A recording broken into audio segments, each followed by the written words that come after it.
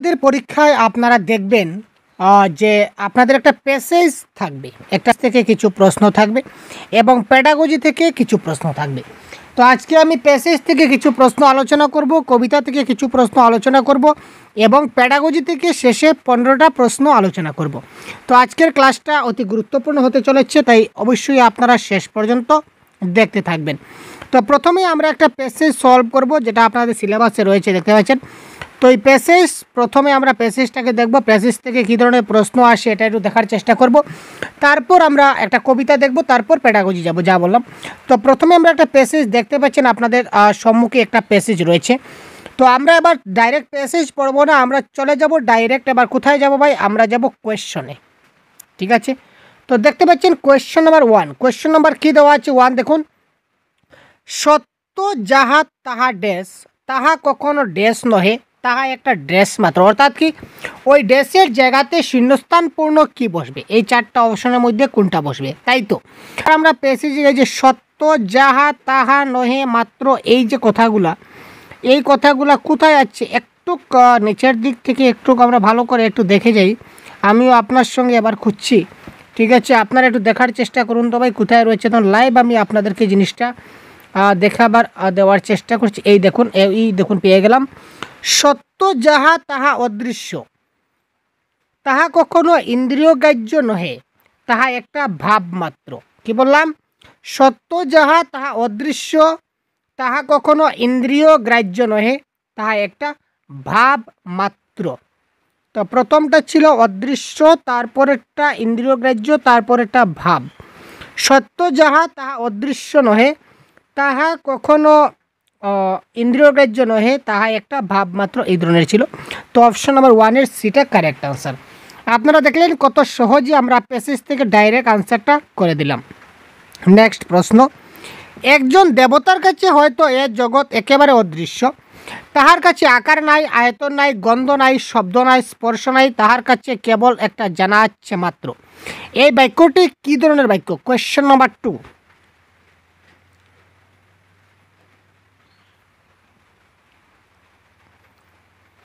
দেখুন, এখানে কয়েকটা বাক্য আছে, ঠিক আছে? কয়েকটা বাক্য একসঙ্গে যুক্তভাবে কানেক্ট আছে। এই যে কমা, এই কমা দিয়ে কী করছে? একটা বাক্য আরেকটা বাক্যের সঙ্গে কানেক্ট করছে। সুতরাং এই বাক্যটা হচ্ছে কি যৌগিক বাক্য। এটা হচ্ছে গ্রামারের প্রশ্ন। তো গ্রামারের প্রশ্নগুলো আপনারা একটু খুব বাংলা গ্রামার সেকশনটা একটু খুব ভালো করে দেখে নেবেন, যেটা গ্রামারের কনসেপ্টের ক্লাস আমরা দিয়েছি যেগুলো, এগুলো অবশ্যই একবার দেখে নেবেন। গোয়ে আকার ছ গাছ, এই শব্দের অর্থ কী? একটা ডালপালা বিশিষ্ট উদ্ভিদ পদার্থ, একটা ডালপালাহীন উদ্ভিদ পদার্থ, একটা ডাল হওয়া বিশিষ্ট উদ্ভিদ পদার্থ, নাকি একটা ডালপালা বিশিষ্ট চলমান পদার্থ? ঠিক আছে? তো এটা আমরা একটু প্যাসেজে যাব, প্যাসেজে গিয়ে দেখব গয়াকার ছ গাছ কোথায় আছে ভাই। এই দেখুন, গয়াকার ছ গাছ দেখিলাম একটা ডালপালা বিশিষ্ট উদ্ভিদ পদার্থ। সে গয়াকার ছ গাছ মানে কি? দেখলাম একটা কি? ডালপালা বিশিষ্ট উদ্ভিদ পদার্থ। সুতরাং এই ডালপালা বিশিষ্ট উদ্ভিদ পদার্থটা কোথায় আছে? এই দেখুন, অপশন নাম্বার এতে দেওয়া আছে ডালপালা বিশিষ্ট উদ্ভিদ পদার্থ। এটা হবে আমাদের এই ক্ষেত্রে কারেক্ট আনসার। বুঝা গেল? ক্লিয়ার? নেক্সট দেখি কোয়েশ্চেন নাম্বার 4। কোথায় একটি কালো আছড়, কোথায় একটা বৃহৎ বৃক্ষ? এখানে কালো আর এখানে বৃক্ষ। তো এই কালোটা বিশেষণ এবং অর্থাৎ বিশেষণ আমাদের বের করতে হবে। তো এটা কালো আঁচড়, আঁচড়টা কী ধরনের? কালো আঁচড়টা কি? কালো আঁচড়, অর্থাৎ কালো বলতে একটা রং বোঝাচ্ছে। তো রং বোঝে যে জেনারেলি বিশেষণ হয়, তো প্রথমটা বিশেষণ হবে, তার মানে এই দুইটা ক্যান্সেল, ঠিক আছে? আর পরেরটা বৃক্ষ আমরা বলতে পারি বৃক্ষ হচ্ছে একটা নাউন, একটা বিশেষ্য। তো পরেরটা হবে বিশেষ্য। তো correct answer option number B এই ক্ষেত্রে কারেক্ট আনসার। আশা করি আপনারা বিশেষ্য, বিশেষণ, সর্বনাম, অব্যয়, ক্রিয়া সম্বন্ধে আপনাদের ক্লিয়ার কনসেপ্ট রয়েছে। বারবার বলছি, যদি গ্রামারের সমস্যা থাকে ভাই, এখনও সময় আছে, আগে গ্রামারের কনসেপ্টের ক্লাসগুলো ভালো করে দেখুন, না হলে পরীক্ষায় ভালো নম্বর পাওয়া একটা মুশকিল হয়ে দাঁড়াবে। গ্রামারের কনসেপ্টের ক্লাস আমাদের দেওয়া আছে। যে টপিকের ক্লাস আপনি পাবেন না অবশ্যই কমেন্ট করবেন, আমরা দিয়ে দেবো। এক ব্যক্তি সাদা কাগজের উপরে ড্যাশ কাটে, আবার কি একটা ড্যাশ, একটা নিতান্ত ড্যাশ বলবো না, তো একটা সাদা কাগজের উপর ব্যক্তি কি কাটে, এটা কোথায় আছে? এটা পেছিয়ে দেখবো, আর একটা শূন্যস্থান পূর্ণ। এই দেখুন, ব্যক্তি সাদা কাগজের উপর হিজিবিজি কাটে, তাহাকে কি আমরা নিতান্ত অকর্মণ্য বলিব না? প্রথমে কাগজে কি কাটে? হিজিবিজি কাটে, তাহাকে কি আমরা নিতান্ত অকর্মণ্য বলিব না?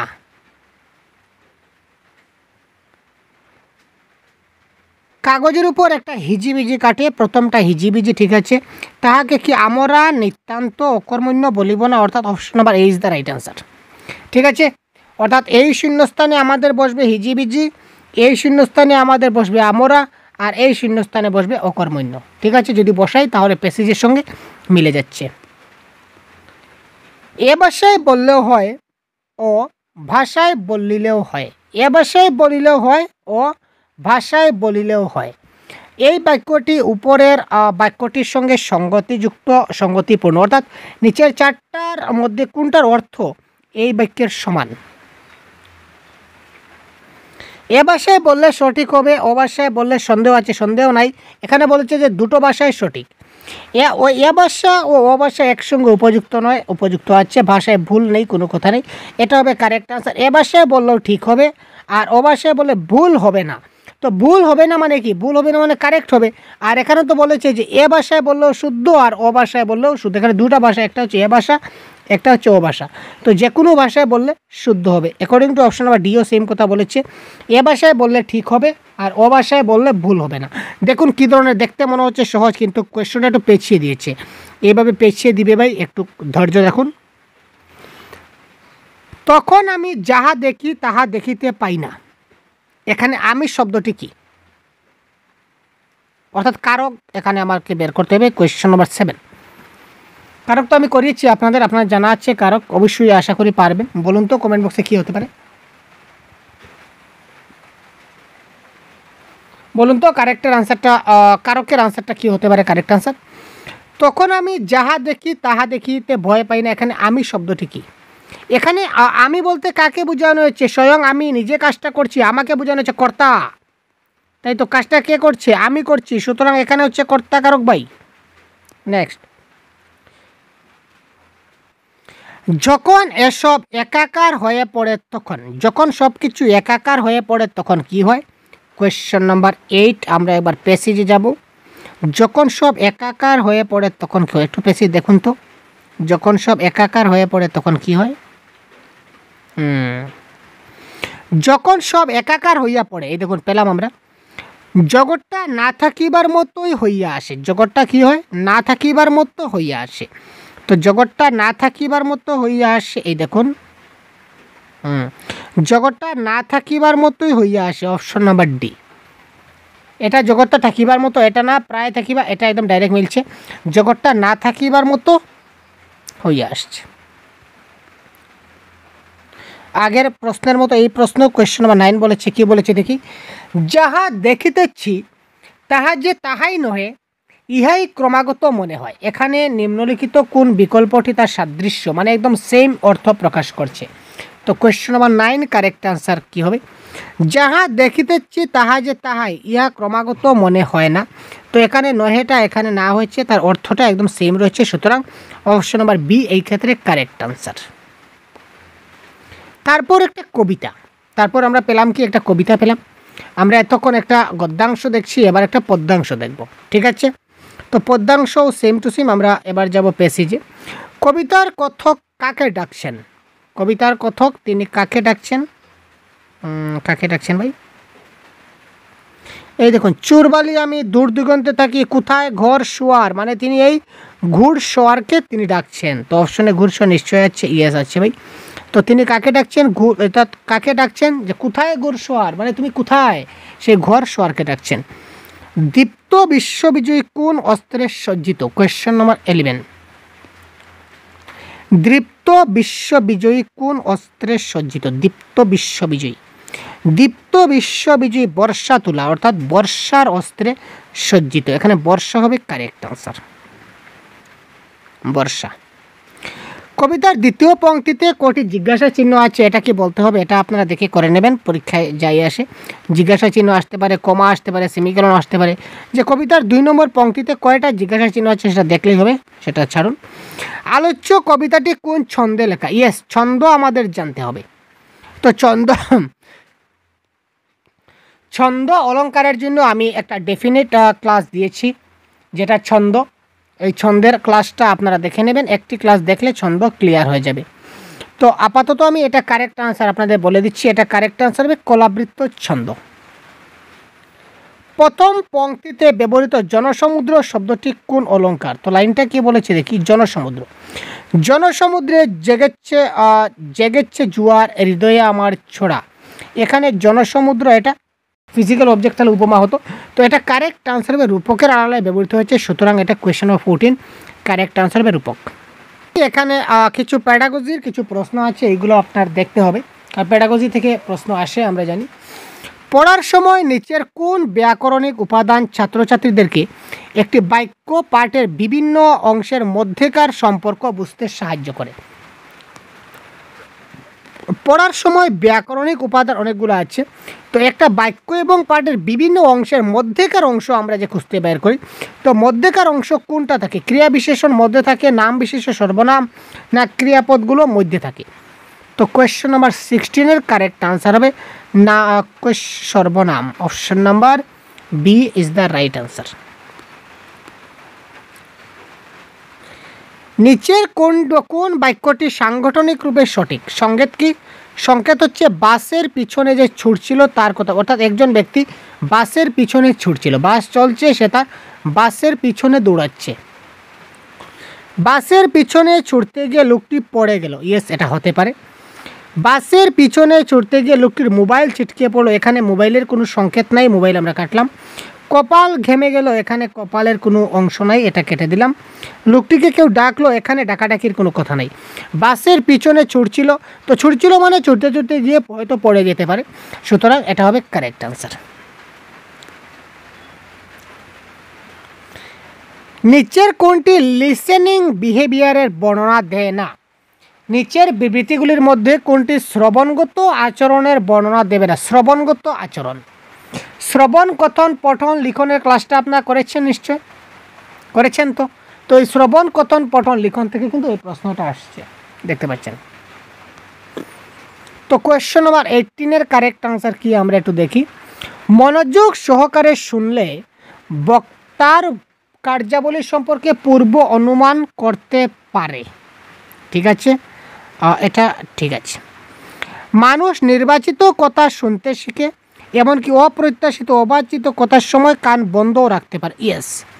আমরা কি করি, সিলেক্টেড কিছু কথা শুনতে ভালোবাসি, কান পেতে রাখি। কেউ যখন অনেক বেশি গালাগাল দেয় তখন আমরা কান বন্ধ করি। যাবতীয় যোগাযোগের অন্তত অর্ধেক অংশের অধিকার করে থাকে শোনা। সব কিছু যোগাযোগের সবচেয়ে মূল যে 50% সেটা কভার করে আমাদের শ্রবণ বা শোনা, অর্থাৎ শোনার মাধ্যমে আমরা 50% কমিউনিকেশন আমাদের হয়ে যায়। কেউ আমাকে ডাকলো, ইশারা করলো, ইত্যাদি করলো, যাই করুক না কেন, আমি মোটামুটি শোনার মাধ্যমে আমার কাজটা চলে যায়। কিন্তু কোনো প্রশিক্ষণ ছাড়া প্রকৃতিভাবেই ভালো শ্রোতা হওয়া যায়, এটা ভুল। এখানে শ্রবণগত আচরণের কোনো বর্ণনা দেওয়া হয়নি, সুতরাং কোনো প্রশিক্ষণ ছাড়া প্রকৃতভাবে ভালো শ্রোতা হওয়া যায়। ভালো শ্রোতা কী করে হব? আমি আগে শুনতে হবে, তো তাহলে তো আমি ভালো শ্রোতা হব। আর যখনই শুনতে যাব সেটা তো প্রশিক্ষণে যাব, তাই না? বুঝতে পারলেন? যখন আমি শুনতে যাব ধৈর্য সহকারে যে কোনো কাজ গাইডেন্স সহযোগে যখনই আমি করব, এটাই তো হচ্ছে আমার প্রশিক্ষণ। সুতরাং এখানে অপশন নাম্বার সি কোনো বর্ণনা দিচ্ছে না, কারেক্ট আনসার সি। স্থলপদ্য শব্দটির উচ্চারণ শেখানোর জন্য আপনি কি করবেন? Question number 19। অন্যতম পন্থা হিসাবে বাংলা ভাষায় অনুরূপ একটি শব্দ ব্যবহারের জন্য শিক্ষা উৎসাহিত করবেন, যে এই শব্দটা তোমাদের বলতে হবে না, এই শব্দের পরিবর্তে অন্য একটা শব্দ বলে দাও। তাহলে অন্য একটা শব্দ বলে এই শব্দটা তার উচ্চারণ কী করে হলো? ক্যান্সেল। শিক্ষা শব্দটির অর্থ নিজে জেনে শিক্ষার্থীদের জানাবেন। আচ্ছা, এটা আপাতত থাক।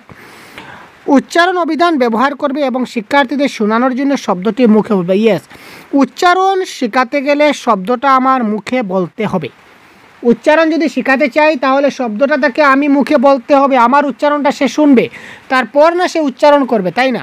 সুতরাং এই ক্ষেত্রে কারেক্ট আনসার, আচ্ছা দেখে নিই, এটা দেশি শব্দটা, এটা কোনো কথা নয়, correct answer option number C. কোনো গল্পের শিরোনাম, পরিচ্ছেদ নাম, চিত্রায়িত তথ্যাবলীর উপর ভিত্তি করে গল্পটির বিষয়বস্তু বোঝার চেষ্টা করো। এ ব্যাপারে তোমার কৌতূহল অনুযায়ী অন্য কোনো দিকও লক্ষ্য করতে পারো। তো এই পঠন কর্মটি হচ্ছে এক ধরনের প্রক্রিয়া, অর্থাৎ সেটা কিসের প্রক্রিয়া? Question number 20।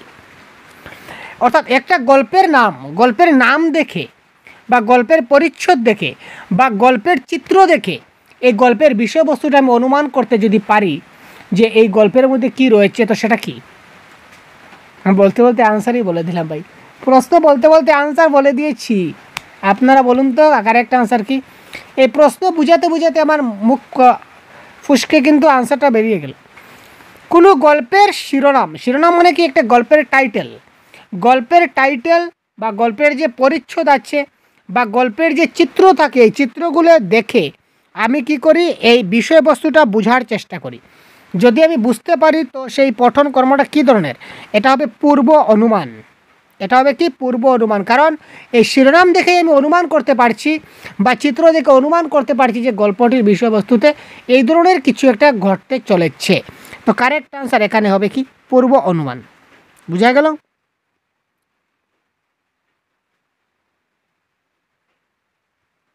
Question number 21।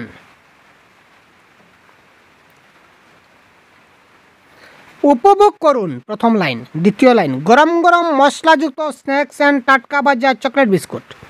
Number 3 নম্বর, ওদের কি অপূর্ব স্বাদ। এখানে একটি বাক্যে ভুল আছে।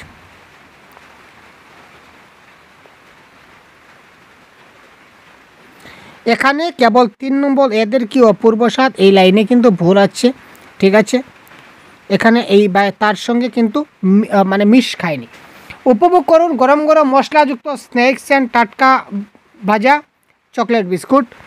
তারপর আরও কিছু তাড়াতাড়ি কিনে নিন বা স্বাদ চেক করে নিন, এই ধরনের কিছু দেওয়া উচিত ছিল, কিন্তু এখানে আমাদের বিরতির চিহ্ন জ্যোতিচিহ্নের কারণেও সেটা ভুল হয়ে গেল। আবিষ্কার নীতি বা প্রিন্সিপল অফ ডিসকভারি বলতে কি বোঝায়?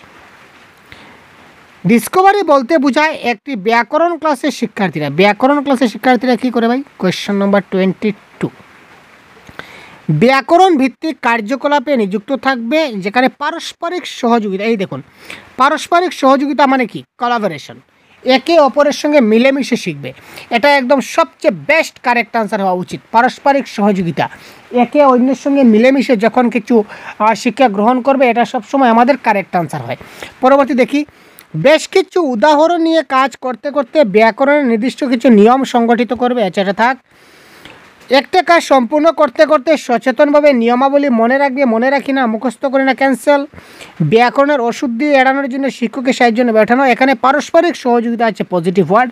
এই পজিটিভ এবং নেগেটিভ ওয়ার্ড কিছুটা জানবেন, এটা হবে কারেক্ট আনসার।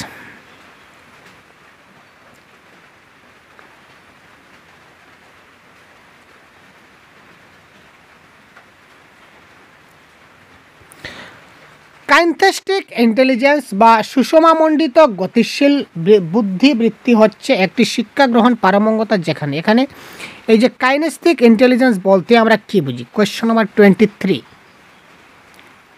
এটার আনসার আপনাদের বলে দিই। এটা কারেক্ট আনসার হচ্ছে শিক্ষার্থীরা চমৎকার ভারসাম্য বুদ্ধিযুক্ত গতিশীল এবং চৌকো হাতের সমন্বয় সাধিত হয়ে নিজেদের প্রকাশ করতে পারবে। এটা হবে এই ক্ষেত্রে কারেক্ট আনসার।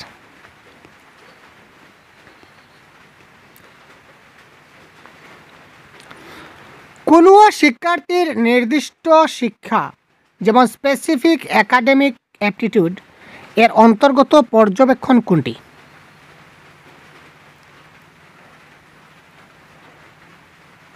স্পেসিফিক করে করতে হবে। অপ্রত্যাশিত এবং কখনো কখনো বোকার মতো প্রত্যুত্তর দেয়, অন্যদের দক্ষতা পারঙ্গমতা বুঝতে পারে। স্পেসিফিক দেখব, যথোপযুক্ত শারীরিক গঠন এখানে আসছে না।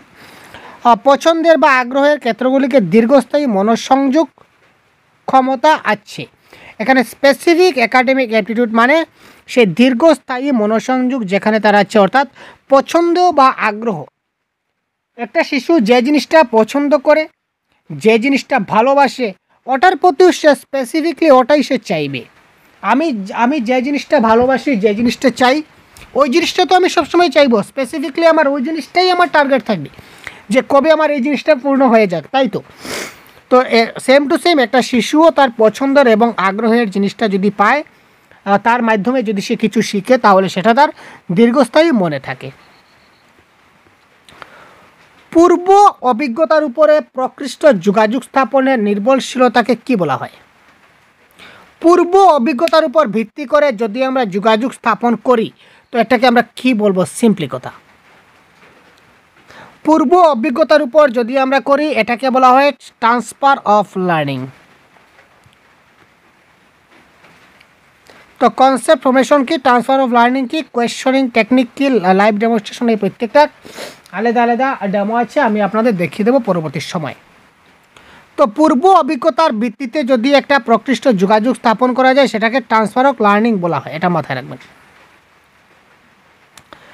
দক্ষতা বিবর্ধনের জন্য উদ্দীপনাকে অর্থাৎ স্টিমুলেশন বা স্টিমুলিয়াস যদি কাজে লাগানো হয় এমন শিক্ষণ পদ্ধতি কি? দক্ষতা বিবর্ধনের জন্য অর্থাৎ দক্ষতা বাড়ানোর জন্য আমরা উদ্দীপনাকে কামে লাগাবো, উদ্দীপনাকে কাজে লাগাবো। উদ্দীপনা পড়েছেন তো, স্টিমুলিয়াস অ্যান্ড রেসপন্স থিওরি, ঠিক আছে না? তো এই ক্ষেত্রে আমাদের এখানে কোন শিক্ষণ পদ্ধতিটা কাজে লাগছে? এটা হচ্ছে মাইক্রো টিচিংয়ের একটা অন্তর্ভুক্ত। Micro teaching, question number 26 C, micro teaching. এই যখন ভালো ক্লাস লেকচারে ভালো নোট গ্রহণ, কখনো নোট গ্রহণ করি না, কপি পেস্ট করি না। তারপর আবৃত্তি ব্যাখ্যা করলাম, বিশ্লেষণ, আবৃত্ত, ভিডিও, অডিও, এগুলো স্টিমুলিয়াসে কি করবে? ঠিক আছে, স্টিমুলিয়াস রেসপন্স জানা আছে তো? এটা ফ্রি রাইটিং, ব্রেইনস্টর্মিং, একত্রীকরণ, ভাবনার মানচিত্রকরণ, এইগুলা কিসের রচনায় প্রক্রিয়ার মধ্যে কোন স্তরটি সবচেয়ে গুরুত্বপূর্ণ? ইয়েস, এই দেখুন, free writing, brainstorming, clustering, idea, এই সবগুলা কিন্তু রিটেনের এক একটা পার্ট। এগুলো হচ্ছে রিটেনের রিটেনের সাব স্কিল। রিটেন হচ্ছে একটা স্কিল, আমরা ল্যাঙ্গুয়েজ স্কিলে পড়েছি রাইটিং, আর রাইটিংয়ের সাব স্কিল হচ্ছে এইগুলা, free writing, brainstorming, clustering, mind mapping, এইভাবে একত্রীকরণ করা হয়। তো এখানে কোয়েশ্চেন নাম্বার 27, এটা হচ্ছে আমরা এই যে ফ্রি রাইটিং করব, ব্রেইনস্টর্মিং করব, একত্রীকরণ, ভাবনার মানচিত্র করব, এর মধ্যে কোনটা সবচেয়ে গুরুত্বপূর্ণ? প্রথমে আমরা কি করব? Pre writing. একবার কি করব? প্রথমে প্রি রাইটিং করে নেব। তো প্রি রাইটিং করার পর না আমরা ড্রাফট করতে পারবো, আমরা রিভাইজ করতে পারবো, তারপর প্রুফ রিডিং করতে পারবো। যদি প্রি রাইটিং নাই করি তাহলে আমরা কি করে প্রি রাইটিং মানে কি? পয়েন্টগুলো লেখা, যে কোন কোন পয়েন্টে আমি আমার ক্লাসটা ডেমো সাজাবো, এইগুলা আমার লেখা, ঠিক আছে? নিচের শব্দগুলির ব্যাকরণগত শ্রেণী কি? কিন্তু, এবং, আর, ও, তাই, সহি, তবু, চিচি, এইগুলা কি? এগুলো কি নাম বিশেষ্য না অব্যয় না ক্রিয়া বিশেষ্য না সর্বনাম? এটা তো ভাই যে কেউ বলতে পারবে, আপনারা গ্রামার তো যে কোনো কেউ বলতে পারবেন। এটা হচ্ছে এক একটা অব্যয়। কিন্তু, এবং, আর, ও, নাকি, অথবা, নতুবা, ততুবা, এই সবগুলো এক একটা অব্যয়। একটি লিখন অর্থাৎ কি? রাইটিংয়ের যে স্টেপ, রাইটিংয়ের স্টেপগুলো কি? সর্বপ্রথমে আমরা কি করি? কোয়েশ্চেন নাম্বার 29, সর্বপ্রথমে আমরা ডাটাগুলা কালেকশন করি। ডাটাগুলা কি করলাম? কালেকশন করলাম। তারপর ডাটাগুলাকে ক্রমবিন্যাস মানে সিকোয়েন্স করলাম, যে কোনটার পর কোনটা থাকবে, কোনটার পর কোনটা থাকবে। তারপর আমরা একটা ড্রাফট বানালাম, তারপর ফাইনাল ড্রাফট বানালাম, ঠিক আছে? Option number A is the right answer.